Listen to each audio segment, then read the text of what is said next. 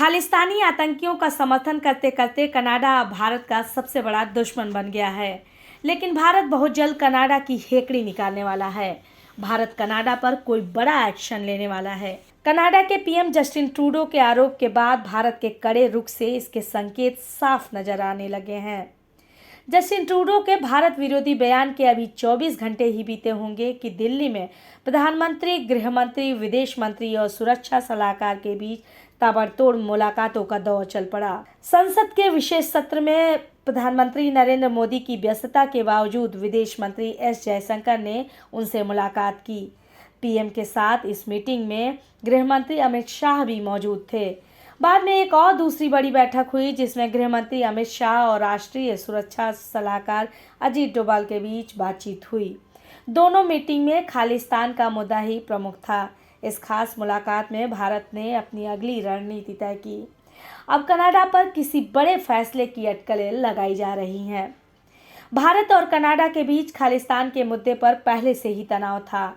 इसी बीच हाल ही में कनाडा के पीएम जस्टिन ट्रूडो के बयान ने दोनों देशों के बीच रिश्तों में और कड़वाहट घोल दी है। दरअसल जस्टिन ट्रूडो ने अपनी संसद में खुलेआम आरोप लगाया था कि वहां खालिस्तानी आतंकी हरदीप सिंह निज्जर की हत्या में भारत सरकार के एजेंट्स का हाथ है।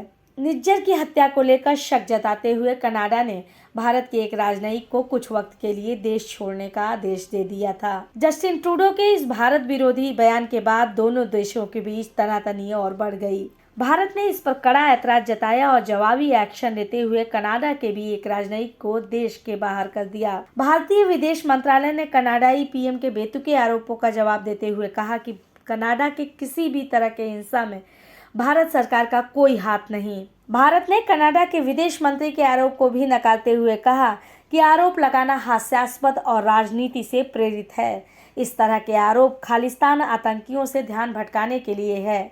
ऐसे अलगाववादियों और अतिवादियों को कनाडा ने प्रश्रय दे रखा है। जस्टिन ट्रूडो खालिस्तानियों के प्रेम में इतने पागल हो चुके हैं कि खालिस्तानी आतंकी हरदीप सिंह निज्जर को कनाडा का नागरिक बता दिया। जून में ब्रिटिश कोलंबिया में एक सांस्कृतिक केंद्र के बाहर निज्जर की गोली मारकर हत्या कर दी गई थी।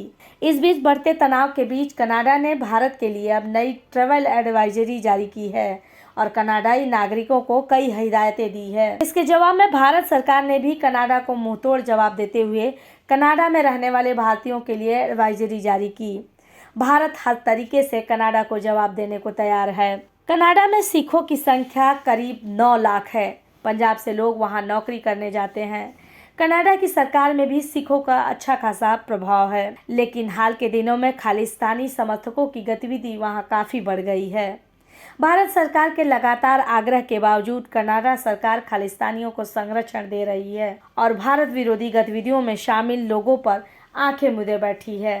भारत इसे लेकर पहले से ही नाराज था। G20 समिट में आए जस्टिन ट्रूडो से पीएम मोदी ने 2 टूक शब्दों में कहा कि आपको अपनी धरती पर सक्रिय भारत विरोधी तत्वों पर लगाम कसनी होगी। कनाडा भारत के खिलाफ खालिस्तान के समर्थन में मोर्चाबंदी पर उतर आया है।